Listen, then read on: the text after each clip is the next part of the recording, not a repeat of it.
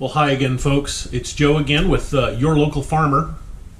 And I have to apologize. I haven't done a video for, several weeks now. I want to say 6, maybe even 8 weeks now. And it's funny, I've just been, let's just say, slammed with personal things. Getting kids to and from karate practice and work, helping my family, all sorts of things. I've just been really busy lately. So I've got a video for you today. I wanted to do a video with the upcoming election. Now, let me tell you what, boy, do we have a hot button election coming this year. But I don't want to talk about that. That's not what we're here to talk about. I just want to talk to you today about what do farmers look for, or what topics are farmers interested in the election cycle. Are there things that they're keying into or queuing into that I don't want to say other folks don't, but are there key topics? And there certainly are. There certainly are topics for farmers. So let's just jump right into it and see where it leads us, okay? All right, so the first thing we need to consider is, of course, the presidential election. I think you guys all know we have a really hot presidential election this year, and I'm going to do you guys a huge favor. I am never going to mention either candidate's name. And in fact, I have to tell you a really quick story. We had the presidential debate was, 12 or 15 days ago or something like that. And as a voter, I decided that it was my duty that I needed to watch that presidential debate. And I got home at night. I can't remember what I had to do that day, but I got home late, turned on the television, and just in time for them to say, well, and that's the end of the debate. And I said, oh, thank God I didn't have to watch that. And I heard it was like watching a train wreck in live train wreck, I guess. Anyhow, that's all I have to say about that, guys. Hey, like I said, this isn't about candidates, anything like that. By the way, I want to interject really quick. If you guys have a hot comment, something of interest, something about agriculture and, the electoral process, I'd love to hear it. But do me a huge favor, guys. Don't use the comment section to bash another group, a party, an interest group or something like that. Keep it clean, okay? I will eliminate any comment that's just out there just looking to make trouble. We're here to, the way I look at this whole channel for me is just a place to learn, okay? A place to put information out so that people can learn, okay? All right, guys, so as far as the presidential election goes, obviously farmers, we will have, our own views as to, which person and or party we want to follow. I'm just going to ignore that right now. When it comes to presidential candidates and the impact for farmers, really it comes down to a couple of things. Number one is going to be the Secretary of Agriculture. Okay? The president, of course, is going to elect the Secretary of Agriculture. And that person, now keep in mind, it's going to be that person as well as the House and Senate ag committees that are going to set the agriculture bill, or the farm bill as it's called. Okay, I don't quote me on this, but I want to say that farm bill is a 2-year bill, so they create it and vote on it every other year, I believe, and that has a lot to do for those farmers that are subsidy farmers that are tied to the subsidy system, and I've talked about that a little bit in the past. Going to be doing more videos in the future about subsidies. It's something that really interests me. I think a lot of farmers can agree it's not a perfect system by any means, but it's the system we have. So it's kind of this thing of we're on a Ferris wheel, and how do we get off without everybody getting hurt, kind of thing. So anyhow, that's the biggest thing for most farmers is they're looking at who the person is going to elect for Secretary of Ag. Okay, because that's going to affect them. The other thing, and by the way, this is really current topics for you, and we're having a real problem with labor right now, farm labor, and I'm sure you guys have heard of it too. That there's a a major labor crisis right now with the immigration process. Now, I have to tell you, our farm especially, we use Hispanic labor and we use immigrants. But we don't use the official, what they call H-2A. Okay, H-2A is the official government process of going to Mexico and picking up workers. It's a very rigid process, and it doesn't really work for us. And so that labor problem is really difficult for us. And I guess what I'd like to say is that it isn't as simple as, opening the border and letting people flow through. That doesn't really solve anything either. Ideally, I mean, at least, okay, now, sorry, I didn't intend to do this, but this is my view on it. There's nothing wrong with closing the border, but then we have to have a good and usable process for getting immigrant labor to the farms. What's the right system? I don't know, but I do know this is that the current H-2A system is, I don't want to say it's broken, but it's definitely not user-friendly. So, anyhow, long story short, labor issues are huge right now. There's something we've been dealing with for, going on 10 years, and then 10 years or longer, and the last 2 or 3 have been really hard for us. So, it doesn't exactly land in the seat of the presidential office, but boy, there's a lot of talk about it in the presidential debates. So, and then I did think of one other topic concerning the presidential race. Okay, and by the way, this isn't something that a person is okay. It's not something that a person's going to vote for or against a particular candidate. But it is something that we have to keep in the back of our mind. Okay, going back to about 2013 or 2014, is we had some exceptionally high fuel prices. Okay, and it's a funny thing. There's 2 topics that run in conjunction with each other. What it was correlated, I guess they correlate. Okay, and that is as the price of fuel rises. So does the price of ethanol, okay, or the demand for ethanol. See, here's the very short version is like this: is that the price to produce ethanol is a constant, okay, and so the only thing that changes the demand for ethanol is what is the relative price of gasoline, okay, or diesel, or crude oil. And so as crude oil goes higher and higher, ethanol is in more demand, and of course we're having farmers, primarily corn farmers in the Midwest, that do exceptionally well when the demand for ethanol goes, through the roof. And so it's, like I said, I don't know that that's a reason people are or are not voting for a potential presidential candidate, but it's something I'm sure they consider, So the next level of elections that are going to directly impact farmers are going to be everything from the national, the U.S. Senate and House of Representatives. It's going to include the governor, and then it's going to include our state Senate and representatives as well.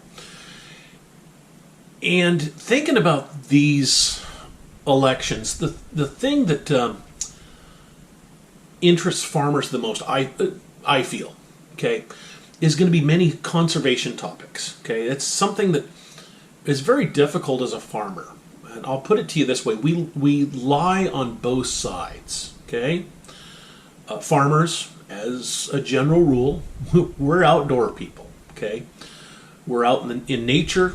We work outside. We work with our hands. We work in the soil. We work with animals. You guys can probably understand that. Okay. The problem is we kind of ride the fence on conservation. We're conservative, okay? We understand conservation. I'll give you an example. Soil, for those of us who are growers, such as my family, We understand soil conservation. Okay, we want the soil to be here. In fact, I wouldn't go so far as to say, I will say, soil is our number one asset. It's what we need to grow. It's what we need for our to create our produce. Okay, we aren't going to destroy it. We don't want to destroy it. But we also fight the other side that, I apologize, these are my words, not the words of anybody else, but I'd call the uber conservationist, the ultra conservationist. And so we fight, trying to find a happy medium there where we can continue our business, in a safe manner. But we feel that we are hampered by many of these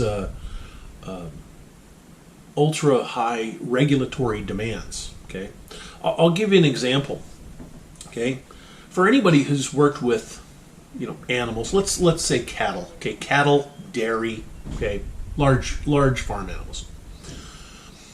I think everyone can agree that manure management is a huge issue. Okay. Manure can poison water.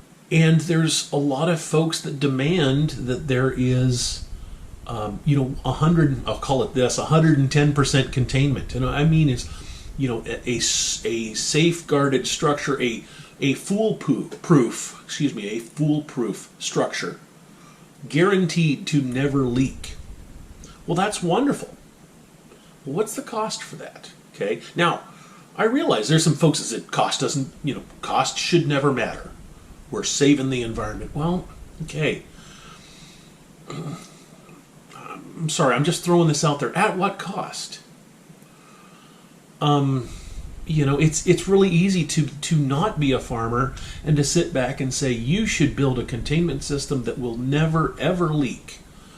Well, yeah, you write me a check for $15 million, I'll be glad to do it, Those are the kind of things we deal with. Now, I apologize, I kind of went down a rabbit hole there. That's kind of just one topic, but those are the types of things we deal with a lot. So if you guys wouldn't mind, I want to continue this conservation talk just real briefly here, okay? I've done a lot of thinking about what is conservation, and what is conservation to us as farmers. Okay, now bear with me. This is no one's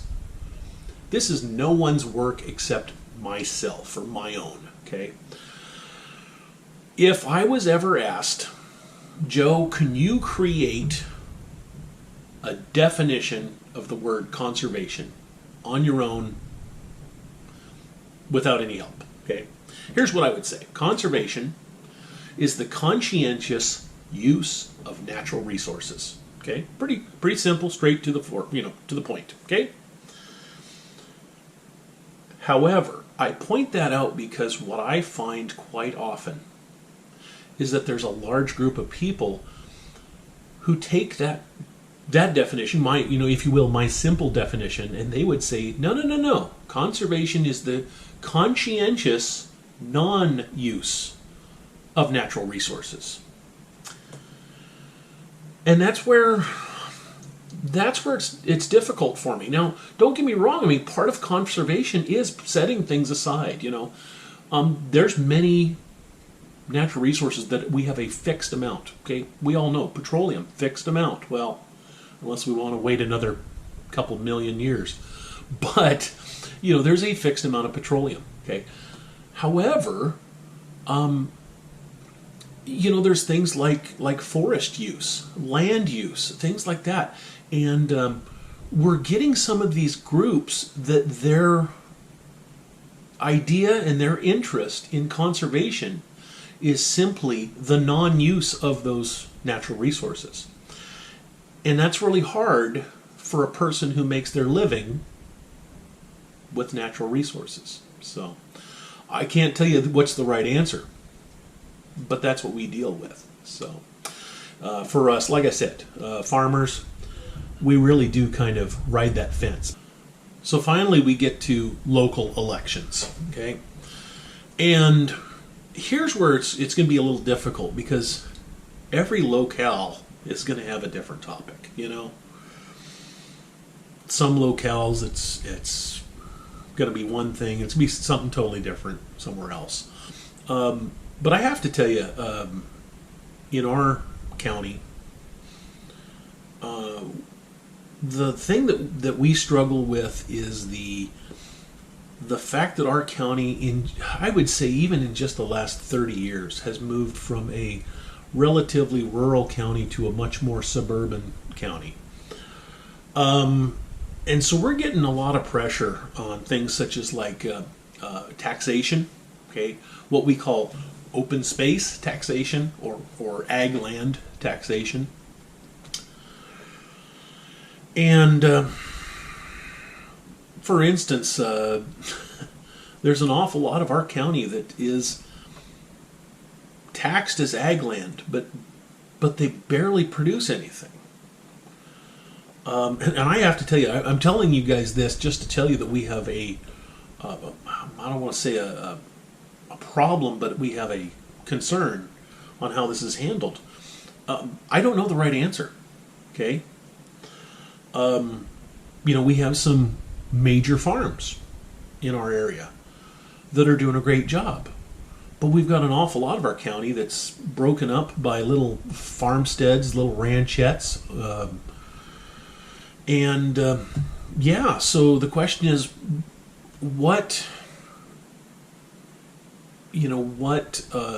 designates farmland and therefore open space? I don't want to drag a certain group of people through the mud, but I'm sorry, I just have to throw this out there. Okay, people that have horses, is that a farm or is that a recreation? Of course, if you're raising draft horses, maybe that's totally different, okay? But if you have saddle horses, farm, recreation, which one? And is that taxed differently? Okay, so we also have a major problem in our county, or a major topic in our county is urban growth. Are we going to control urban growth? Are we going to allow it? And here's a little insight for you. Even as farmers, we find that we're just about evenly split. And here's why. Because there's a whole lot of farmers that are looking at the land that they're farming, and they're saying, that's my retirement. I'm going to sell out. I'm going to put a whole bunch of houses there, and that's what I'm going to retire on. Other farmers are saying, I don't want to sell out. I want to keep farming.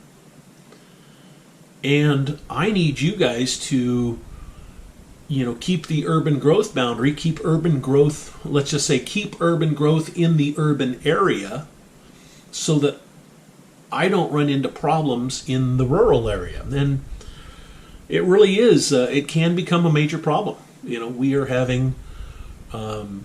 have a very large county with a populace that reaches nearly to all four borders, north, south, east, and west. And I have to tell you, it makes farming very difficult. Moving machinery down roads is pretty easy in a county that only has a couple of thousand people in them. We have 485,000 people in our county, and it can be a major concern. So, and of course, the question is not, how many people are in our county today. It's how many people are going to be in our county, and where are they going to be positioned at 20 years from now. So, that it really is a major concern for us. So, well, thanks for listening to my video here. Shut up. If you guys have a topic that you'd like to discuss, please leave a comment down below. If you have something to add, I'd love to hear it, by the way. These are just and by the way, please don't think that this is an all-inclusive list. It's not. I really just grabbed a couple of highlights just to point them out. And so I hope you guys know that there's probably a million different topics because there's, of course, a million different farmers, okay? And so if you have something of interest, especially if you have something you'd like me to look into and cover and maybe make a video, maybe do a blog post about, leave it in the comment down below, okay? Also, if you get an opportunity, I am really looking for subscribers. Please go ahead and click that subscribe button. I'm going to try to turn these videos about every other week or so, and really am looking forward to doing them. I really enjoy them. They're kind of fun to do, really. So thanks a lot for watching today, and I hope you guys have a great election cycle. Take care now. Bye-bye.